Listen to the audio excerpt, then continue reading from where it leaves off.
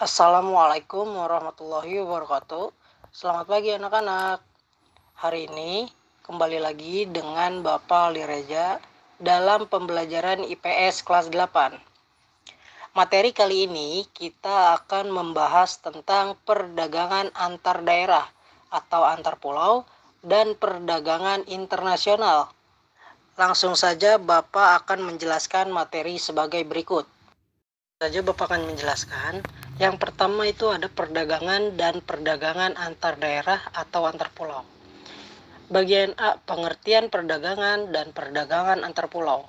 Perdagangan adalah kegiatan atau proses pertukaran barang dan jasa dari produsen ke konsumen antar satu wilayah dan wilayah lainnya. Itu perdagangan. Kalau perdagangan antar pulau adalah perdagangan di dalam satu negara yang dilakukan dari satu pulau ke pulau lainnya. Contohnya, hasil industri yang diproduksi dari Pulau Jawa, lalu dipasarkan ke Pulau Sumatera, Kalimantan, Sulawesi, dan pulau lainnya di Indonesia. Yang pertama ada berdasarkan jumlah barang yang diperjualbelikan. Ada 3 jenis, yaitu perdagangan besar, perdagangan sedang, dan perdagangan kecil. Dan ada pula berdasarkan tempat tujuannya. Yang pertama ada perdagangan dalam negeri, yang kedua perdagangan luar negeri. Nah, itu adalah perdagangan dan perdagangan antar pulau. Bagian B, tujuan perdagangan antar pulau ada 2, yaitu memperoleh keuntungan dan memperluas jangkauan pasar. Bagian C-nya, faktor pendukung dan manfaat perdagangan antar pulau atau antar daerah. Yang pertama ada perbedaan tingkat kejarangan. Yang kedua, perbedaan faktor produksi. Yang ketiga, ada perbedaan tingkat harga. Dan adapun tujuan perdagangan antar pulau yaitu yang pertama, alternatif pemenuhan kebutuhan terhadap konsumen. Yang kedua, meningkatkan produktivitas produsen. Yang ketiga, membuka kesempatan kerja yang luas. Bagian D, dampak perdagangan terhadap konsumsi masyarakat.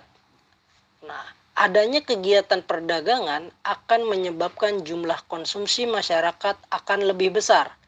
Hal ini disebabkan karena melalui kegiatan perdagangan.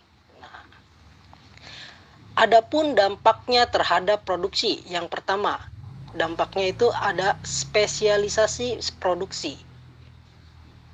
Yang kedua, kenaikan surplus investasi. Yang ketiga, fan for surplus. Yang keempat, kenaikan produktivitas. Yang kedua, dampaknya terhadap distribusi pendapatan. Kegiatan perdagangan antar daerah dapat pula menimbulkan efek pemerataan pendapatan antar negara atau antar daerah. Hal ini disebabkan karena kegiatan perdagangan menimbulkan tumbuhnya kegiatan-kegiatan ekonomi lainnya. Nah, itulah dari dampak perdagangan terhadap konsumsi masyarakat.